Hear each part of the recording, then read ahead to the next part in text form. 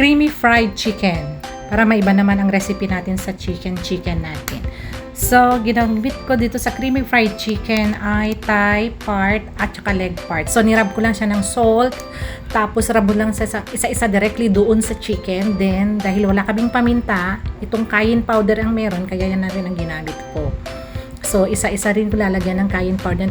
Nilagay ko sa casserole para ma-marinate din at least 15 minutes. After that, ipiprito na natin yung chicken. Make sure lang na mag-golden brown siya.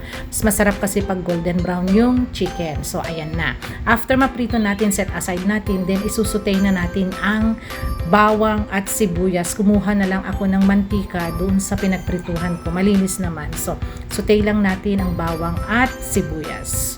After sauteing, lagyan na natin siya ng water para ito'y magiging sabaw niya. Konti lang, tansya-tansya na lang. Habang pinapakuluan, nag-dissolve na ako ng mushroom cream.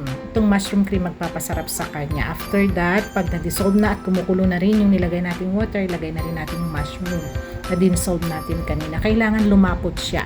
Kailangan lumapot siya pag malapot-lapot na at pag nakikita nyo kulang pa yung lapot, pwede nyo na rin dagdagan ng harina or cornstarch. Naglagay na rin ako ng pampalasa. Naglagay ako ng Knorr cube.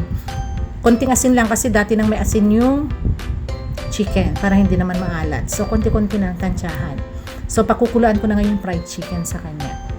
Pag kumulo-kulo-kulo na yung fried chicken, i-off ko na yung apoy at nilagyan ko ng all-purpose cream. Dapat walang apoy para hindi maluto yung all-purpose cream. Kasi pag naluluto yung all-purpose cream, nawawala yung kanyang lasa. Mas malinamnam kung lalagay mo na lang pag naluto na. So, ayan na. Done na yan. So, lalagay na natin sa plate. So, ayan.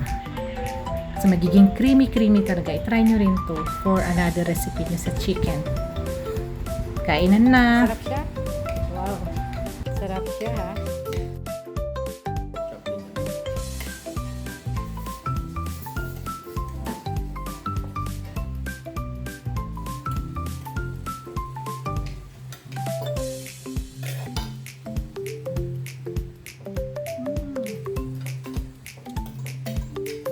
Sabaw pa lang niya ulam na.